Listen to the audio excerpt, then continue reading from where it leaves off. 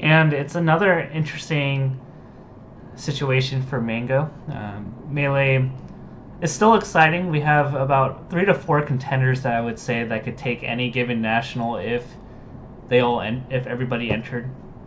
We have PPMD, who's still strong, although he hasn't really played in a while. Also believe that you can throw Armada and Mango in there. And I really believe that Leffen's stepping up. I don't think he's quite there, so maybe 3.5 people that can conceivably win a super national like Evo or an MLG type tournament. But it's an interesting time because once again we see the rise of Armada, and we've seen Mango lose 3 consecutive tournaments now to Armada, and so this starts to begin to build some trends. I usually say about 3 tournaments is enough to start to form some indicators of where players are at. I feel that some people are a little too quick to judge based on one tournament result, whereas I highly recommend you look at many before you make some rash conclusions. We saw rash conclusions be made in the past. We thought Javi was like a top 4 player after he beat PP in one tournament, and we later saw that he was still a good player, but not quite as good as we thought. Struggled with certain matchups, really strong against Falco because that's his regular training partner with Tuga. But when I look at things this year, and when we look at Mango, Mango's an interesting character because whenever we think that he's out of it, that we don't think that he can really win anymore, we think that he's past his prime, he somehow comes back and is able to win all these big tournaments.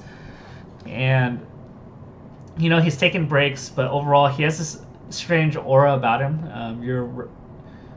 You're assured that even when the results don't really indicate that he's the favorite, that he still has that chance. He has that charisma, that draw about him. I don't know how to quite quantify it.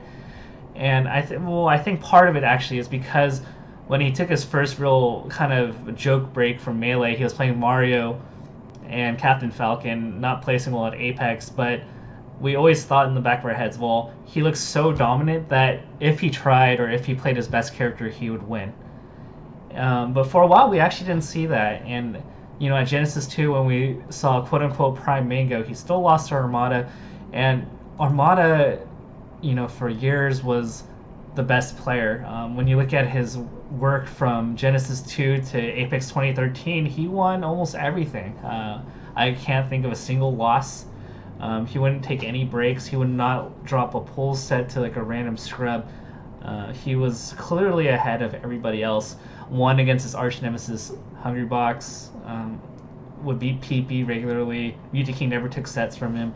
And so Armada was the best, but then Mango slowly bounced back and he won Evo. But the circumstances were very favorable for Mango on his first quote-unquote comeback, mainly because Armada, his main threat to winning, took a break, and he never really came back in prime form by the time Evo happened. Armada got 4th and Mango got 1st.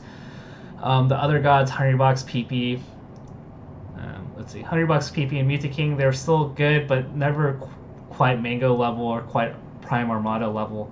And so part of the reason why Mango had a comeback in 2013 was because his greatest threat, Armada, took a temporary break, enough of a break that other people got to catch up to Armada.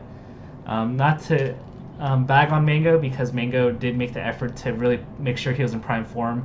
He was the only one that did not choke at Evo 2013, whereas everybody else did, so I have to give him some credit. But part of the reason I felt that he was a shoo-in to kind of win that was because Armada took a break. When we look at 2014, Armada is still recovering. PPMD actually looks like the greatest threat to Mango for winning a tournament, and Mango at this time was also taking a break mainly because of his kid and his family and living in Ohio. So a very respectable break. PPMD looked like the dominant force in 2014. He looked like the clear favorite going into the Summer Smash, but we saw that he took a break. He had some personal issues to deal with, and he fell off in the summer. You could say it's a combination of choking or he wasn't well prepared. Whatever reason it was, fact of matter was that he did not perform at the same level as 2014. And because PP took that break, it gave an opportunity for Mango to really catch up with whatever advantage that PP had. Mango overcame him. And a lot of the reason that I felt that Mango could take the Summer Smash was because his greatest threat, PP, took a retirement, and Armada was still kind of in his recovery phase, hasn't quite hit his old prime yet. BT King and Hungrybox, we're still top 5 players, but never really quite Mango or Armada level once again. Now we look at 2015. Mango had an amazing Summer Smash, amazing Big House, made Armada look really bad, and that's something that we've never really seen before. We go into 2015. Armada and Leffen beat Mango at Beast. Armada and Leffen beat him again at Apex 2015. Mango takes a set at I'm Not Yelling, but Armada once again shows his dominance at the very end, taking the grand finals and overall wins 2 out of 3 sets against Mango. And so now it's been 3 tournaments, and there's a lot of people that go and look at Mango's stats. I did some research study on it, that Mango doesn't do well in the winter, but he comes back in the summer, and he's going to be okay.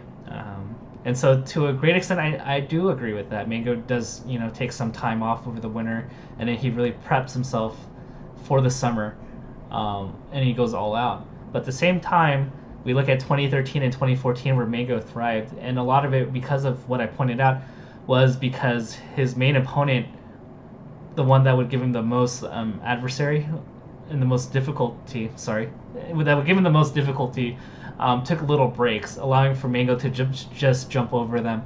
But Armada has shown that he's not going to retire. He's beaten Mango rather consistently in the past half a year. If you look at the sets, actually, Armada is up 6-2. He's up 20-9 in games. He's winning on every stage, whether it's Yoshi's Dreamland, Battlefield, you name whatever Mango stages, Mango's losing on all of them. And overall, Armada is just going to be a huge threat to him moving forward. He's not going to take a break, and in fact, he has 2 characters now. So we saw it, I'm Not Yelling, Mango deal with, the Fox. It seemed like he figured out the Fox from Apex. And you could also say that Mango wasn't really playing well at Apex, and I'd give him a little of that. But if Mango figures out the Fox in a set, then Armada can easily bring in the Peach. And we saw from I'm Not Yelling that it does require a huge adjustment. And even though Mango's strong at the matchup, there is an adjustment period. And it's kind of like you have to play this really hard Nintendo boss where once you beat the first form, all of a sudden the boss transforms into this other thing, and you have to figure it out within a best-of-5 set. And so we've seen Armada have a great amount of success switching from Fox that he was 1-4 against Mango with, to Peach, where he just ran away with the rest of the tournament, and Mango found out too little, too late to really overcome it. So Armada, is the favorite, and Mango's really going to have to convince us that he can really beat him, because it's not looking really good. We also see that PPMD looks really dominant, and although we haven't seen PP play Mango in a long time, PP's Marth and PP's Falco look really strong, and that's also gonna deal Mango a lot of stress in terms of figuring out both characters, because if Mango figures out the Falco, then PP can just bring out the Marth, and I'm not sure how well Mango really adapts to that. We saw Leffen beat Mango in 2 sets, but Mango did beat him last time at I'm Not Yelling, so kudos to Mango. I don't view Leffen as much of a threat as PP or Armada, but he's still a threat and can take Mango out in a bad day. Leffen is able to frustrate Mango, especially on Final Destination with those chain grab combos. And Music King, even on an interesting day, can take out Mango. So there's a lot of threats to Mango moving forward. And, he may pick it up in the summer because that's Mango season, but the other top contenders aren't going to go down without a strong fight. And so maybe this is the last stretch where Mango is really strong, and we go into a new reign of Armada moving to 2015, where Armada has characters to deal with anybody, and it's quite scary to see just how much the bridge is kind of slowly widening between Armada and Mango when you especially look at their head-to-head stats. They're going to be playing at Sandstorm next weekend, so it's going to be interesting to see if they get the opportunity to play again. There's 5 gods coming up that are playing.